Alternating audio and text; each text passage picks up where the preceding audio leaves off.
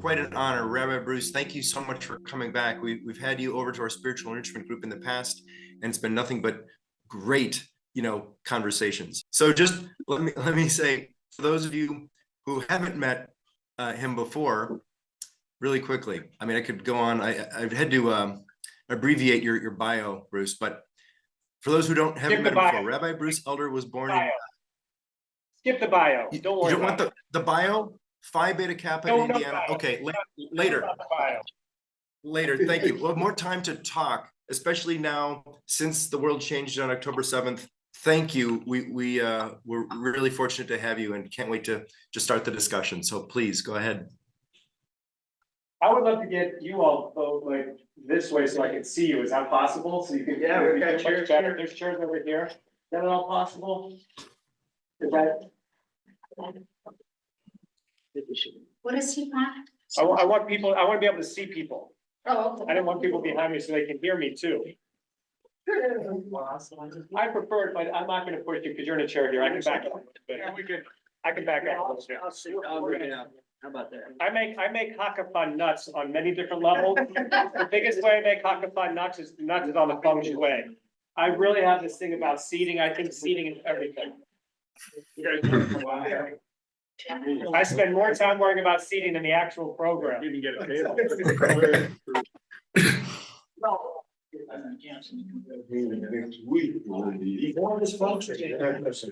Amen. Totally. It makes such a huge difference. We hold all our services in a circle now instead of in pews. That's nice. It just makes it just that simple, So, so let me get started if I can. I think I know most of you or have seen most of you. My name's Bruce Elder. I have the honor of being one of the rabbis at Congregation Hakafah. I am finishing up my 25th year there, which is kind of crazy. And we've been in relationship with all of you for so many years now that I'm glad that I have the opportunity to be here. And thank you for all that you've done as a congregation to welcome us in so many different capacities. I know it's Palm Sunday. You're heading into one of your very busy weeks. Today for us is the holiday of Purim. I also heard from Alan that you've had a number of sadnesses that have hit the congregation currently. And on behalf of Hakafah, wish you all lots of love and healing. Thank you. So I think I was asked to come, Alan, correct me if I wasn't, to kind of talk about anti-Semitism in America today. A nice light topic for the week. Right? Easy thing to do. I am going to have to diverge from that topic slightly in order to get to the topic. And chances are we might not fully get to that topic today, which is intentional because that will force you to invite me back. Good. I would be, well, wait until afterwards before you say that.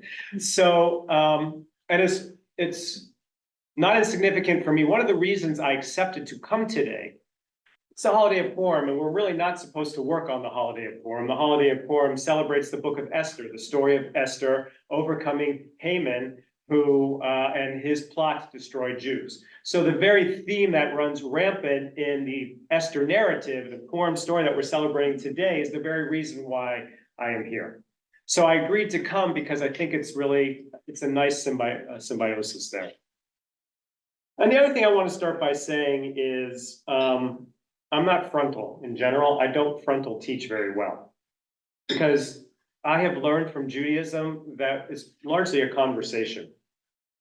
So I really hope that in the midst of as I am talking, one of you says, whoa.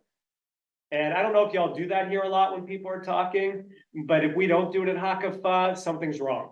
Okay, 2 Jews, 3 opinions, 4 committees, 5 synagogues. So, so please, as I'm talking, stop me and ask for clarification.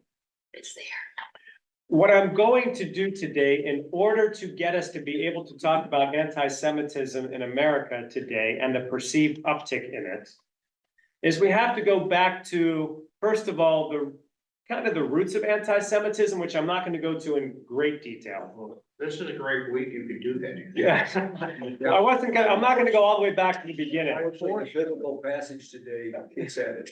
Actually, I've always wondered what the beginning of that was. It seemed like it made no sense to me, so Yeah, okay, so I can totally throw all this out and go there if you want. just a little bit. Okay, I can do that. What I kind of want to do also is because there has been so much focus on anti-Jewish sentiment and the fears and feelings of it, which are very real, since October 7th. In order for us to talk about what's different since October 7th, here, we have to talk about what's going on over there. And so I think in order for me to explain kind of the real geopolitical, social stressors here, we have to spend most of our time today talking about terminology and over there, if that makes sense. Which will allow us the next time we're together to talk meaningfully about what's going on here. What terminology you were talking about? I'm gonna get to it in a second. You'll see. So let me also say, as a beginner, as at the beginning, I am just a rabbi. And my definition of rabbi is someone who gets paid to be Jewish. I think that's really, I get to be Jewish full time. I get paid to do all this great stuff and some really sad stuff and some really exciting stuff. So the words that I'm offering here, I am not an expert. I've been dealing with this for a long time. I am not a geopolitical whiz, though I've been dealing with it for a long time. You get anybody else in here who thinks they know what they're talking about, and they're going to say stuff that's similar and stuff that's very different. And I'm sure some of the stuff that I'm going to say, you are going to disagree with. Please do. I'm so tired of being in places where we disagree and we either can't talk about it or we scream at each other. And I'm trying so hard, even in coming here, to be a place where we can all model community, which means sharing ideas, as long as we trust each other. And I trust all of you, so I hope if you don't trust me, you'll start to. Please, because I don't claim to be the expert here. And the last thing I'm going to say to start, and then it's going to be done already, right? Is I'm going to try to avoid the use of the word anti-Semitism. Anti-Semitism was a term that was coined in the 19th century by an anti-Semite by the name of Wilhelm Marr as a way of, in the 19th century, in the growth of racial science, of placing a term upon Jews to make the hatred of us sound scientific and therefore much easier to absorb in the German society and throughout Europe. So our calling it anti-Semitism is a tacit acceptance of what a Jew hater wanted to do in order to make it a lot more palatable to the rest of the world. And that's pretty key here in this conversation as we get later. Because that term was designed not for all the people of Semitic languages, even though it grew out of a knowledge of an understanding of languages from the Middle East. It was specifically designed so that Jew haters could hate on us. They had another word for Arabs. They hated Arabs too, whatever they called them. But primarily in 19th century Europe, Germans primarily, but in these new racial dynamics, were really concerned about separating out two different peoples, Jews and people who are Black. And that played out here as well, which I'll get to eventually. So I'm going to try not to use the word anti-Semitism. I don't have a great word. I think Jew hatred's way too harsh. Might be anti-Jewish, anti-whatever, but please accept that for what it is. Questions so far, so I can get started. When in the 19th century was it? 1879. And actually the term came earlier probably, but Wilhelm Marr popularized it by the creation of some society for the anti-Semites of Germany, something like that. Okay, So I want to talk about Zionism.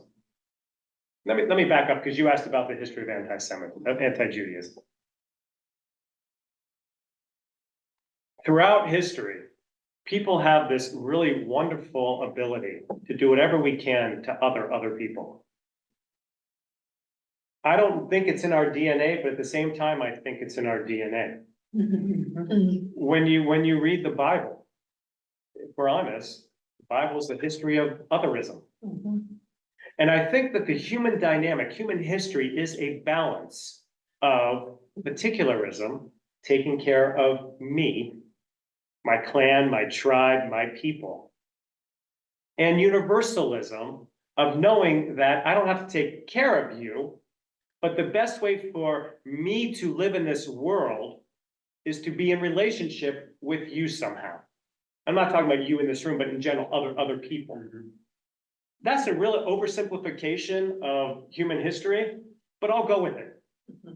Simply put, I have to balance my needs for survival in a zero-sum kind of way with my need to work with you because I realize on some level it's not really zero-sum. To be blunt,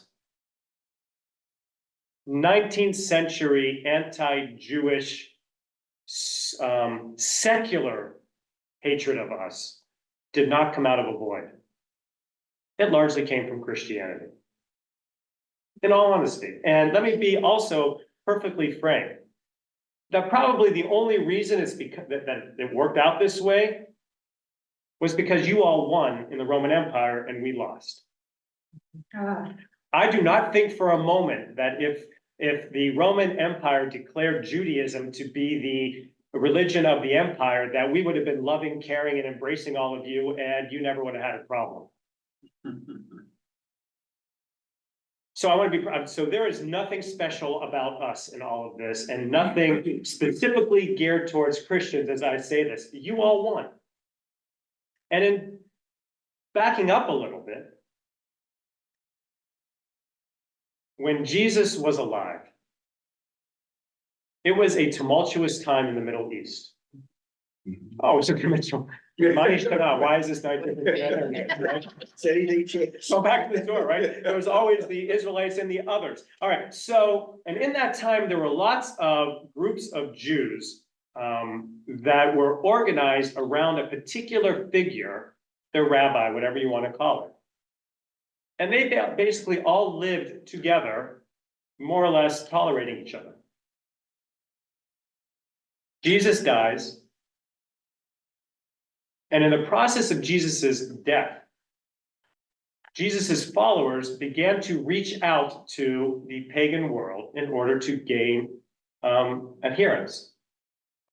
And some of the leaders of the followers of Jesus declared that some of the things that were of core issue and essence to Judaism no longer had to be practiced. So Jesus, more like his adherents, were over here. And there are all these disparate other groups that were over here that were doing their thing just like the followers of Jesus. And in fact, the Jews who followed Jesus were still able to hang out relatively in comfort with all the other Jews that were there at the time, because they were all following their own rabbis. Kind of like I said before, 2 Jews, 3 opinions, 4 committees, 5 synagogues. It was the same back then. With the destruction of the temple, the majority of the Jewish groups coalesced under one group. And for whatever reason, those adherents of Jesus did not. Whether they weren't accepted, they didn't want to be accepted, whatever the case was. But still, they were able to interact and live together and even worship together in the same communities. Tensions were rising over the next 60 or 70 years. And in 135, there was a key event that was really the beginning of what I would call the anti-Semitism that we see today. And that was the Bar Kokhba revolt. I don't know if you've heard of Bar Kokhba. Bar Kokhba was a zealous Jew and the Jews who declared that he was the Messiah. And a number of Jews believed that. And he decided to try to overthrow Roman occupation. The Bar Kokhba revolt lasted from 132 CE AD to 135 for 3 years. And two things happened there. One, revolters failed miserably. But two, the real group that paid for it were the group of Jews that were still trying to be Christian but hang on to the Jewish community. Those who were in the Christian community did not trust them. Those in the Jewish community did not trust them. And they got killed, basically. And after the Bar Kokhba revolt, it was basically the Jews over here and the Christians over here, each vying for the next 200 years to gain favor with the Roman Empire. And you won. And once you won after a 200-year war, basically, which was not really this, but it wasn't violent, but it was vocal, enmity. The Christians who came to power with the Roman Empire convinced the Roman Empire to enact a series of legislative acts that would in a sense, attempt to wipe out the Jews. Not physically, but through practice. And the Jews fought back. That, in a very quick nutshell, is where it all started. Thank you. That's interesting. Okay? I mean, I can go back farther, but I'm not going to. I'll go ahead. I think you're absolutely correct. All that's perfectly, I don't yet disagree with you in your, this is right, later on, maybe. But that is, I think exactly what happened, except some of the anti-sentiments against Jews goes back to our Gospels. And I don't think they go back to Jesus. No, I don't think they go back to Paul in the way that they went. no. But written into those Gospels, and this is the hardest time. What do? Do we not read them because we know what they've done? Or do we preface them before we read them? But, let his blood be upon us and our, and generations, in Matthew's Gospel and John's Gospel, the two worst in fact. But it's like they put those attitudes, or even blaming, well, it's not Pilate's fault. You can hear what you're talking about already happening early. When we gotta defend Pilate, we want to fit in with the Gentiles. I can't speak to your textual history and your relationship to your text. And far be it for me to do that, which means I'm about to do that. So let me just say that for me, Now, those were chosen for me, later. They were written in 70 and chosen in 400. I feel They were very- chosen for a reason. There were losers within the Christian community too that got kicked out. Yeah. I feel very strongly that my definition of my Torah is I don't believe in the historicity of it. I don't think there was an Abraham, Isaac, Jacob. I don't think there was a Moses. I believe my definition of our Torah is very simply, these are the stories that our ancestors told. And I don't minimize the truth in that. I don't rely on historical truth. I don't need Adam to have lived. I have enough science to tell me that the world is older than 5,784 years. Yeah. But there's a value in the stories that got chosen to be passed down from generation to generation for a number of reasons. I don't think we're special. So the only thing I would say, and again, in deference to the fact that these are your texts, not mine, is that the Christian Bible, decisions were made as to what stories were being told and why they were being told. And it reflects a history, it reflects a theology, and it reflects a reality of an image you want to project. And so it makes perfect sense, given that Matthew was the earliest gospel, right? 35 years? Mark, 35 years. Matthew the second, but Mark was much less so, but you can, and then came Luke, and then maybe Matthew. There's debate about Luke and Matthew, and John was the last, but it becomes more anti-Jewish the further they were written. Yeah, well, that makes a lot of sense because that is the environment in which they were growing as there was more and more enmity between the two groups. Right. It's a great polemic. It's a beautiful polemic. Frankly, the least anti-Jewish is Paul, and Paul has a bad rap, but he was early on, around 50. Yes. This letter, so it's much earlier before the heat got turned up, you know, with the falling of with the Jewish revolt and things like that. Yep. I've been thinking about this for a long time. Jesus was a Jew. There were no Christians at that time. Christians were the ones who saw what had happened later on, and that's when they became Christians. So everybody was Jews, and as I look at it, the reason Jesus was hung up on the cross was because he was going up against the guys who were running the temple, and then the Roman people, and they were, as we call it, at this time, they were on the take. There was a little something going on like that. Well, what I'll say is that my reading, purely my reading, and again, I'm stepping into your territory.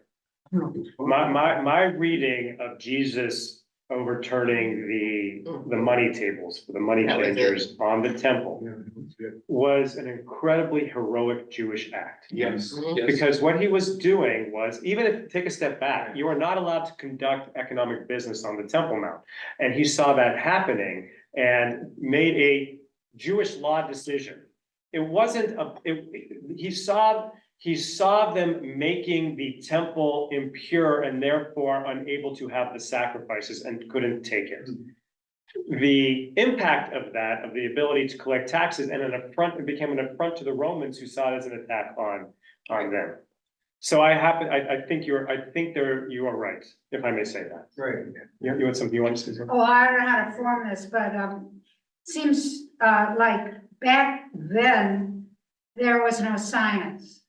And how does that play into this animosity? Well, I would say that there was what they called science. Yeah. But what might not be what they were starting, they read the stars. That's how we get the months. That's how they understood the moon and the cycle. But you're right. Science, when science comes in, the Industrial Revolution changed everything. Right? Science had already begun by then, but with the mixture of industry, science, and quote unquote secularism, right? They didn't create their own ideas out of nowhere. They were still formed by millennia of ideas that they were accepting and rejecting at the same time. Well, that's interesting. That's good because I picture them more as Aborigines or something.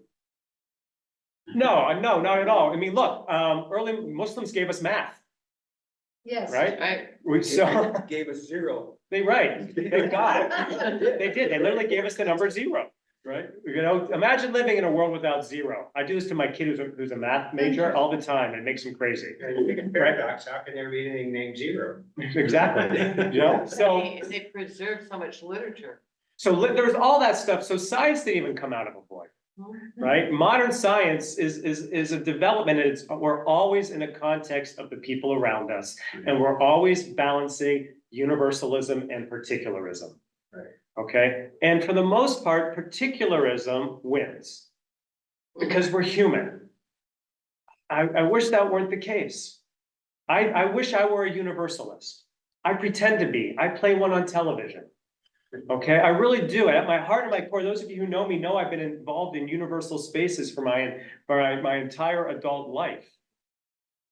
And yet I know, particularly since October 7th, when that particularism just So we have to understand even science developing throughout history developed in a realm of, in a particular place with a particular worldview in relationship to a greater world that it's sometimes accepted, sometimes it didn't. So here we are in the 19th century, and two things are developing in the 19th century. Racial theory, which catches on like wildfire. Again, I really believe because Europe and the intellectual scientific world really wanted to find a way to make it much easier to want to destroy us and people who are Black. For African Americans, for Black people, that is still playing out here. And will continue to play out here until someone is brave enough to actually hear the messages and begin the healing and restorative justice that needs to take place in our Well, I'm saying society. that you really mean anyone who wasn't Aryan, because of brown. No, but they distinguished, How about they yellow? distinguished, yeah, they didn't, but they were yes. Again, they had enough hatred for everyone. Yeah. But at their core, at their real core, right? They could dismiss all of colored people because they were what I'll call aboriginal. They were over there. Subhuman. They were largely out of the picture because there wasn't a large migration of olive skinned people into Europe. The two major people that were impacted in Europe were us, and there were a number of enough Black people that were circulating in Europe that it was an affront to white sensibility, whatever that means. It was an interesting, Richard Rohr did an interesting piece this morning about this exact thing. And he said, the only way you can maintain power is to put down, ostracize on somebody else. So they wanted to maintain the power. They wanted to maintain financial control, executive, governmental control, everything. Let me just change one, I'm gonna add one caveat. The only way we perceive we can keep power. Right, exactly. Which is very different than the only way we can keep power. And that is still a problem. So two things, the development of these racial ideas and these racial categories was growing, and as science was growing, I actually, as I was thinking about this on the way over here, I actually think the 19th century was one of the most significant centuries in the history of civilization, in terms of the future ability for people to survive on this planet or not. Yeah. So I just want to, so that was going on, and we're still feeling the impact of it, because we're still talking as if there is a such thing as races. Right. There are no such thing as races. There's the perception of races, and people are being impacted because we have created this idea of race. But races are just, categories in order for us to other people. Wow. So we have that going on. And at the same time, we have had a history of empires controlling the world. Very small bureaucracies covering large swaths of everything. In the 19th century, it began to be understood that the way to give people the ability to live self-actualized lives was to cast off the idea of empire, destroy the empires, and create nation states. This was the liberal progressive idea of the 19th century.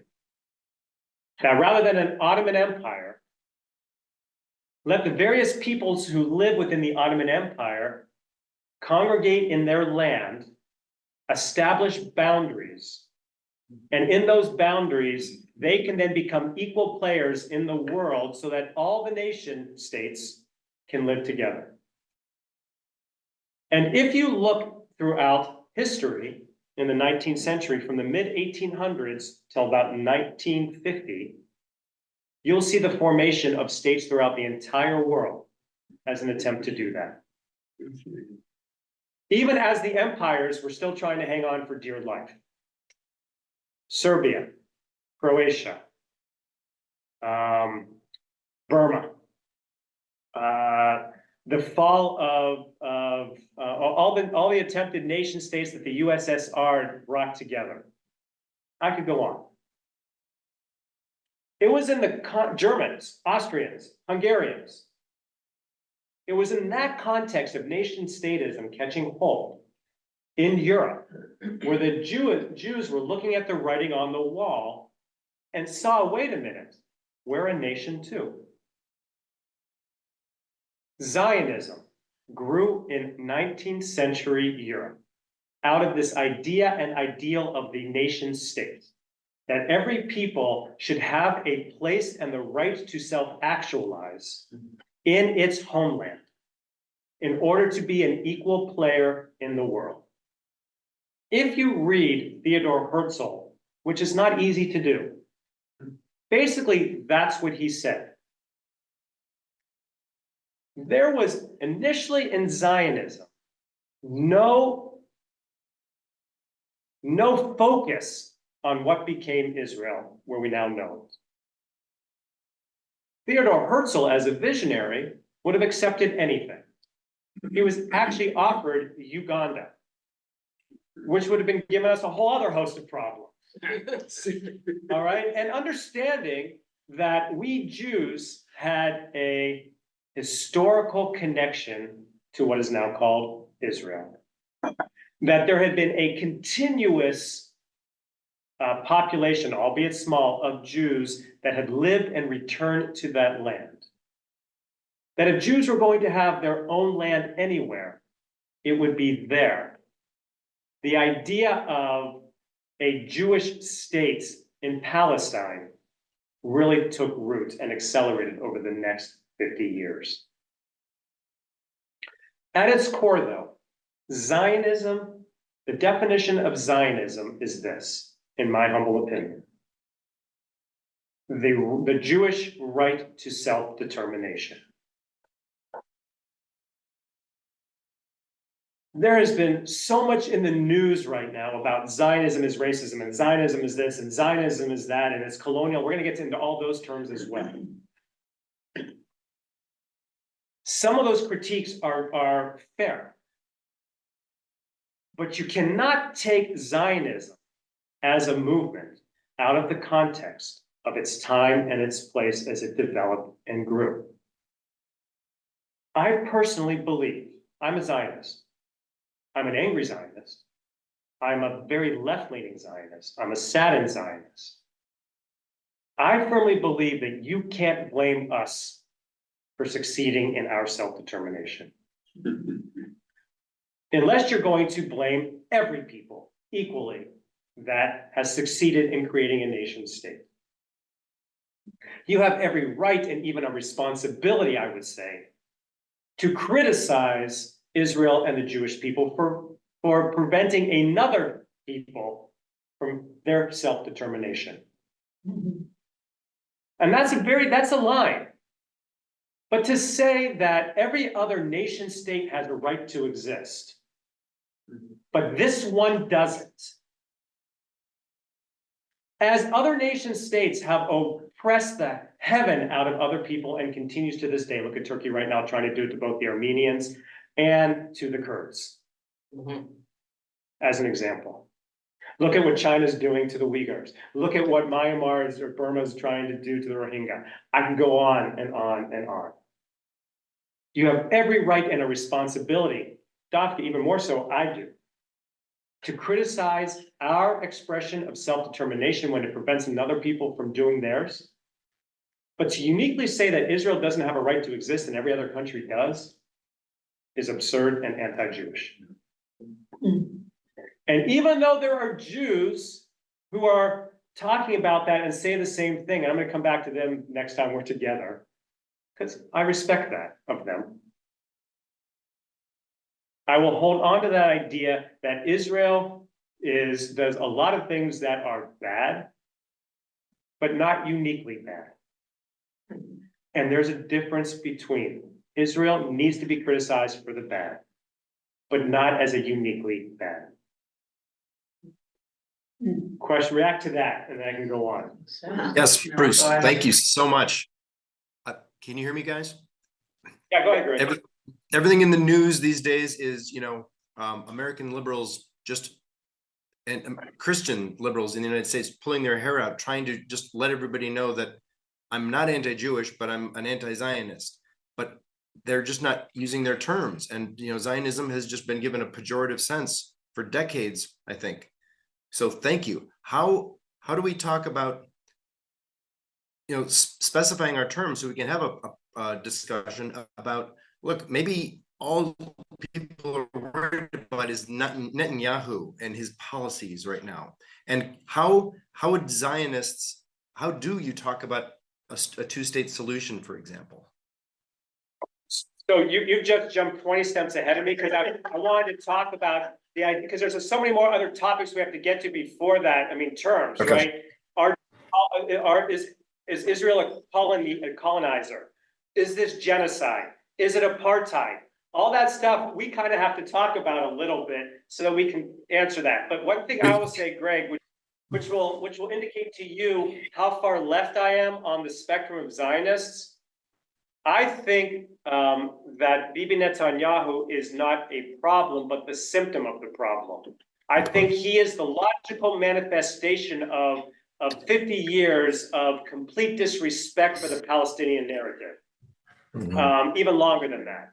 That even the left that claims to be so loving of the Palestinians and supportive of them has been so patronizing in the process that they have not heard that what the Palestinian narrative really is.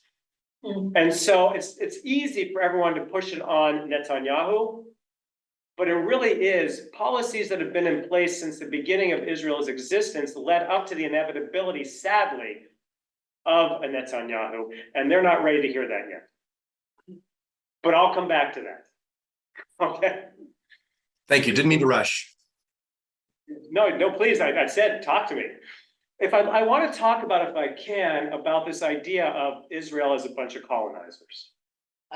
Israel is a bunch Colonizers. Colonization is the action or process of settling among and establishing control over the indigenous people of an area. People will disagree with me wholeheartedly on this, but I know I'm right. There was no, in early Zionist thought, there was no idea that they were going to go and kick other people out of land, that they were going to push people off land. They didn't know what they were talking about. They had an idea and an ideal.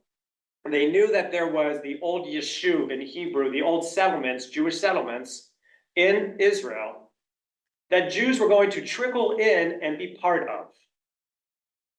And that they would also start other places, create other places to live. I do not believe they actually, and part of this is that racial dynamic of they did not consider that there were people that were there. That's offensive, but they didn't.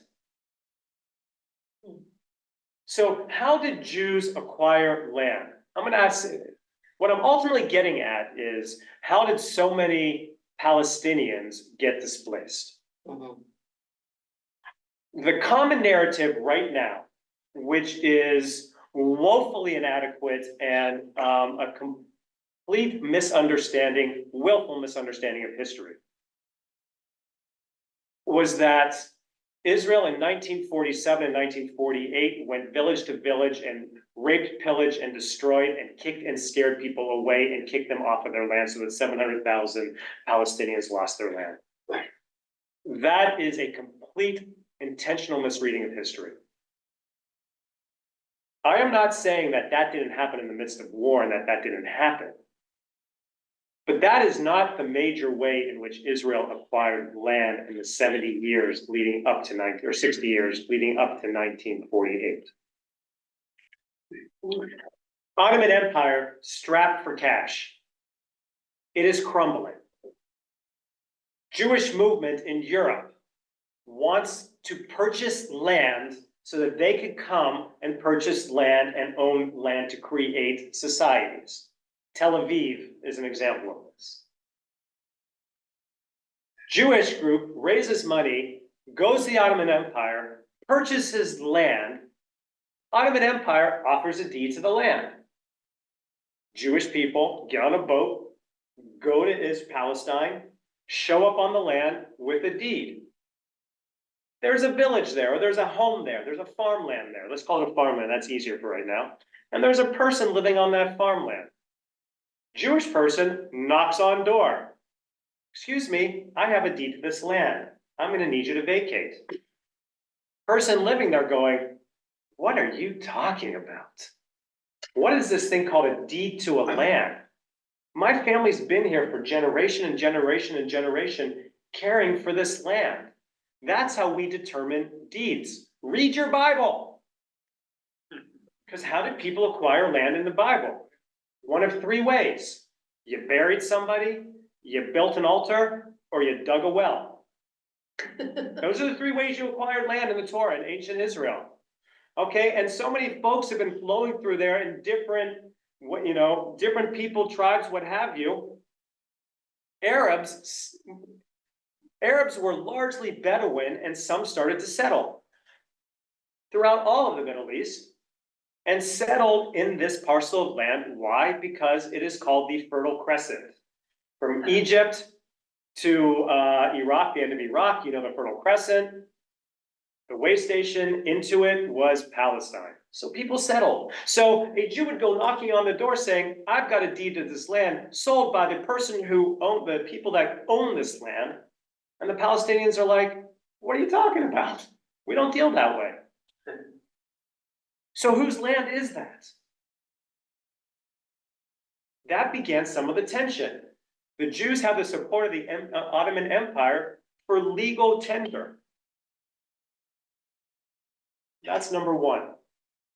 So I can't blame my people for going through a legal process that they were doing in good faith, that other people weren't even within the realm of understanding that.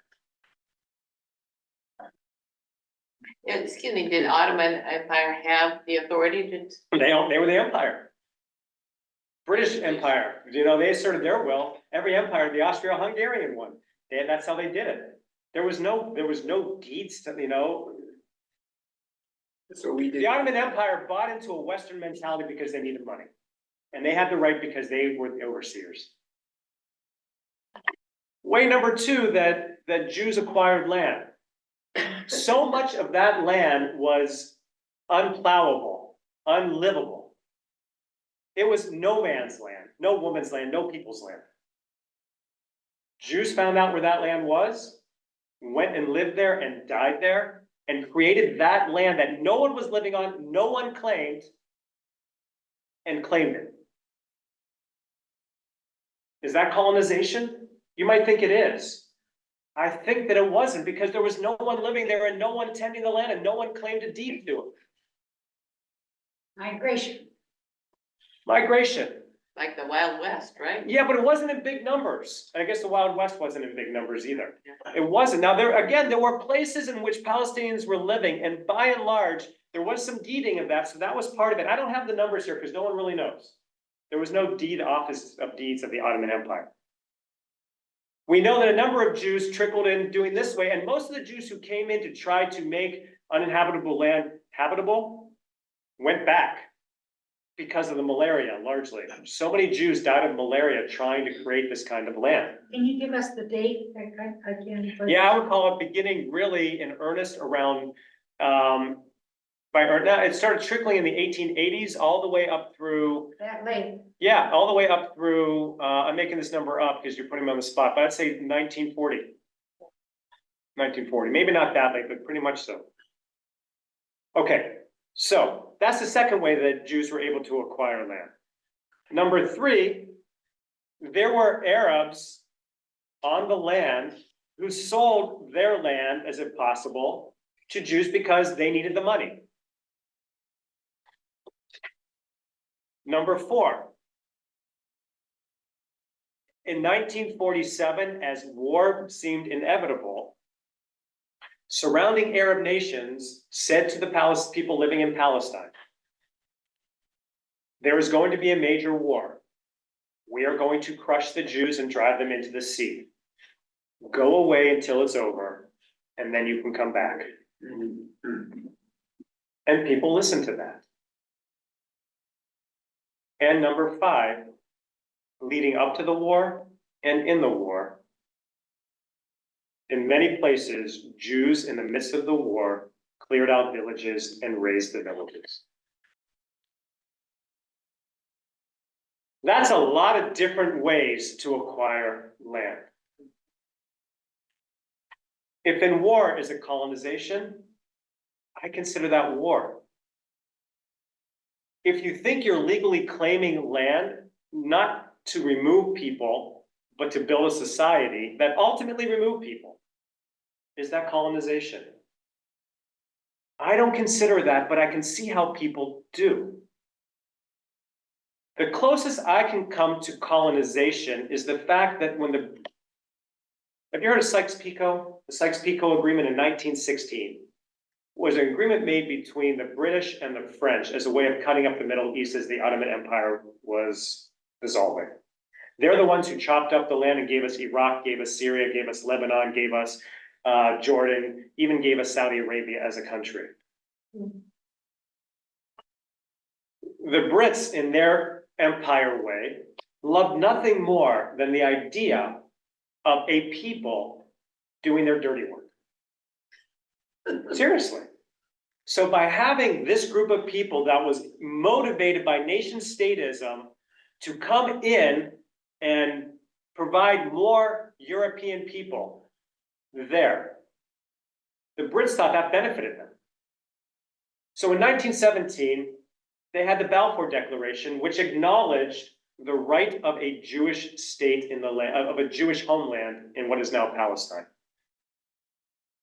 That was very short-lived, 19 years, because by 1936, they realized what they were trying to do was nuts, and they realized they had to get out. And they created a white paper which called for a Palestinian state there as well.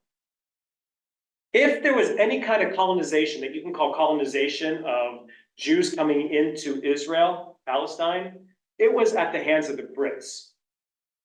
But not really, because the Brits weren't placing us there. They allowed us to go there. Questions about that? Yeah, I would only say, when I think of colonization, I think of a power such as Great Britain or France or Holland back in the days, claiming a land that's been undeveloped from Western perspective and saying, that's mine and this is how it's going to work. So but the Jews, they didn't have that power. They didn't have that central authority. But here's where we do have the power word is colonization, and I support this 100%, not the colonization, but calling it colonization, and that's in the West Bank and Gaza. Okay. And even though, and we'll get there next time, even though, and again, we're only having this as a prequel so we can talk about what's going on here. So I hope you understand, I'm trying to present, I can't just come in here and talk about what's going on here today because there's such complexity here. Given the fact that Israel never annexed the West Bank or Gaza, but continues to control another people and to more and more claim the land for a greater Israel that's not part of Israel, that is clear-cut colonization, needs to be called out, needs to be stopped. Hands down, in my humble opinion.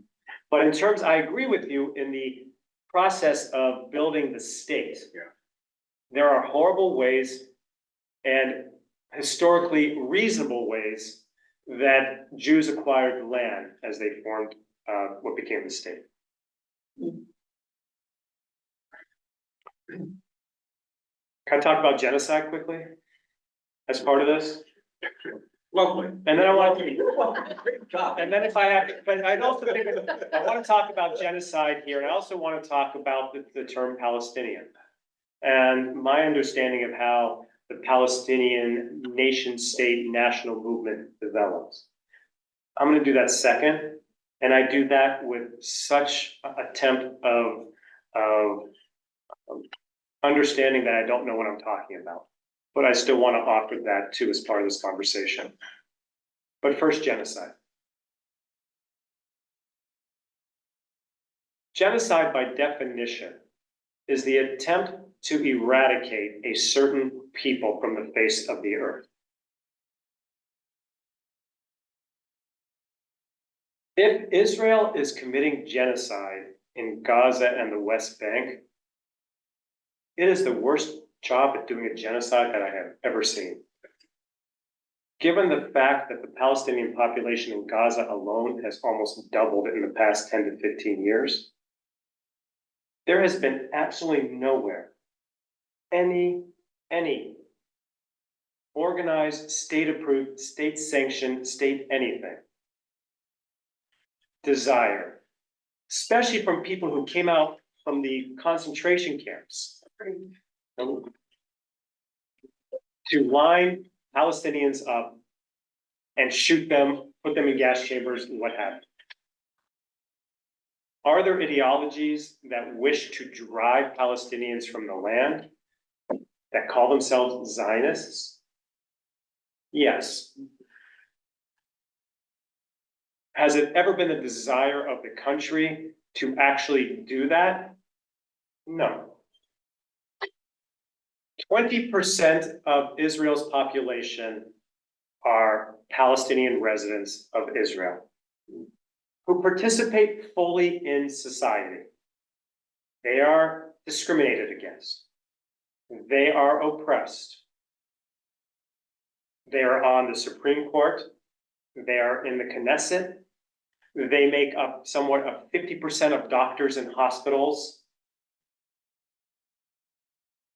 To claim that this is a genocide is purely trying to create such an anger and a fury. And it's much easier to start throwing out words like that and letting them stick in order to, what's the word I want? Make Jews look bad. When the term genocide was being thrown at Israel initially, people were talking about something called cultural genocide. Cultural genocide is you attempt to remove any remnant of what the previous people who lived there, that they existed, and you want to put your own people on top of that. So basically, cultural genocide is going into an Arab village, raising it, and building a Jewish one. Okay. Did that happen? Yes.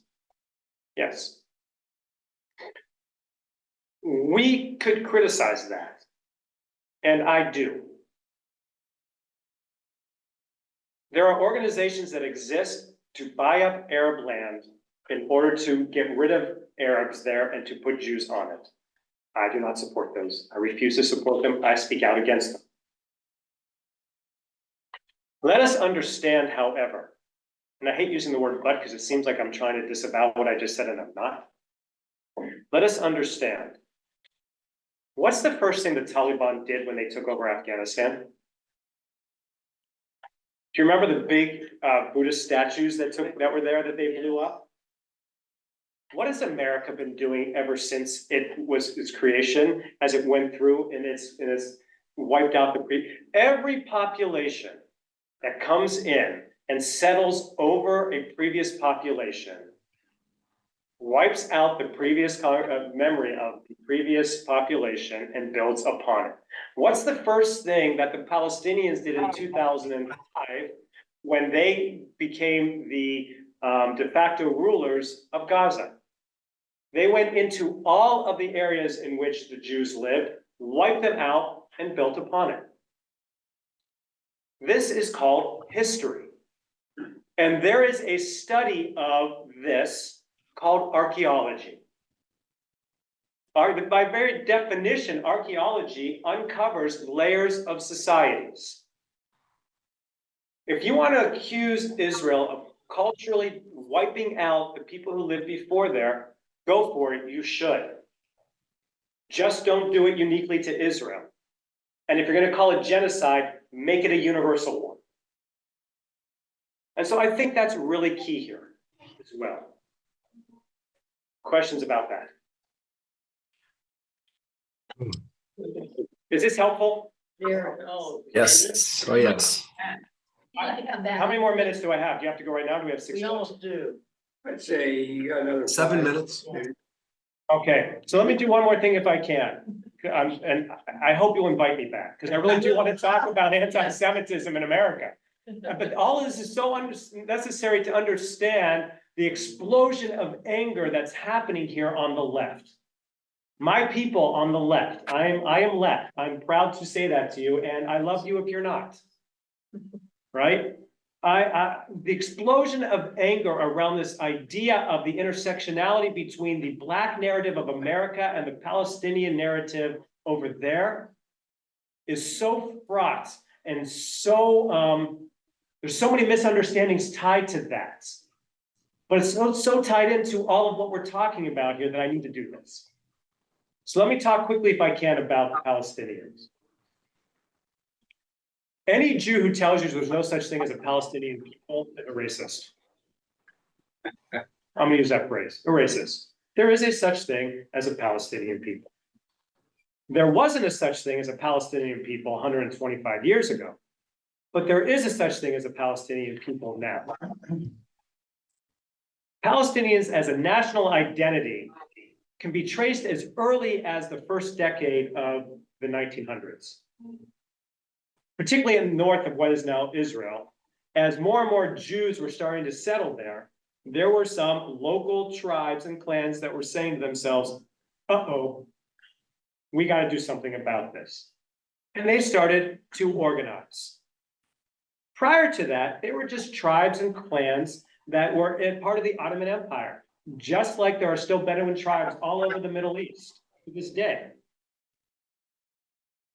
So Palestinians started to identify as a people then, and that identity continued to grow through the Israel War of Independence, but solidified itself under Yasser Arafat in the Palestinian Liberation Organization in 1964, which sought to establish an Arab state in what was the former Palestine Mandate, advocating for the elimination of the state of Israel. We all know because we all know history, that largely American media, Western media, Israel media viewed the Palestinians and their endeavor as terrorists, because they turned to terrorist things in order to upset the apple cart because they were disempowered. I would consider what they did to be terrorist. From the Palestinian perspective, these were freedom fighters. Hey, Greg, we can hear some background. If you can mute, please. I think that's you. Thanks, I appreciate it. An attempt to get the concerns of a burgeoning idea of nation statism for this people. The tactics that they used were an affront to the West, but a tactic nonetheless. I am not defending it, I'm trying to explain it.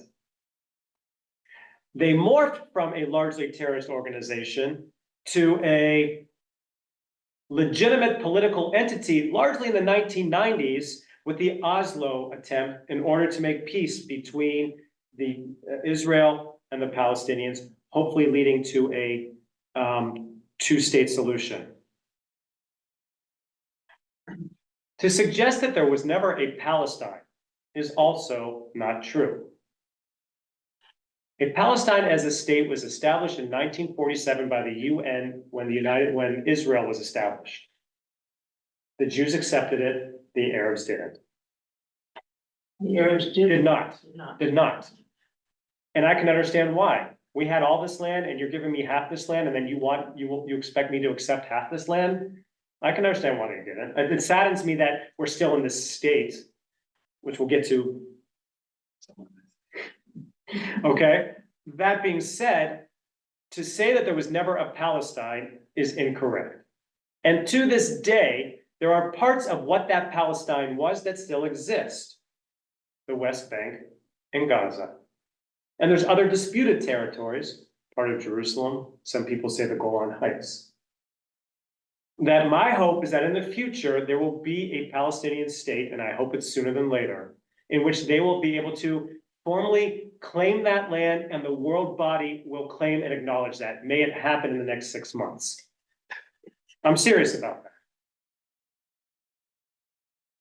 So that the Palestinians who view what happened in 1947 as a catastrophe, the Nakba, that's what they call it, could only do that if they were an organized people who are trying nothing more than to have a nation state. Now, let me end by saying this. What I love about progressive people today, young progressives, is that they're rejecting nation statism as the way for this world to work. Just as the nation statists back in the 19th century were trying to disrupt the empires. And I think they're right. I think what we're starting to see is the dismantling of the notion of nation statism. So how do the Palestinians who are trying to get a nation state fit into that? Part of the one state solution versus two state solution dynamic has to do with that. Is it going to be a democratic state for everybody or nation states for separate people? But in my humble opinion, Zionist, to delegitimize a Palestinian people and therefore a Palestinian right to self-determination when we claim it for ourselves is at best a hypocrisy and at worst a travesty that is causing the deaths of far too many people. I'd like to pick it up next time, if I can. And I hope that some of the stuff that I've said has resonated, and I hope that some of it hasn't, and I hope that we can create that dynamic moving forward together. So thank you. Unbelievable. Thank you. Thank you. Yes, great. We will do this again very soon, as soon as possible. Thank you. We are going to talk about what occupation is. All right, so I really do hope you have a holy week, special week together.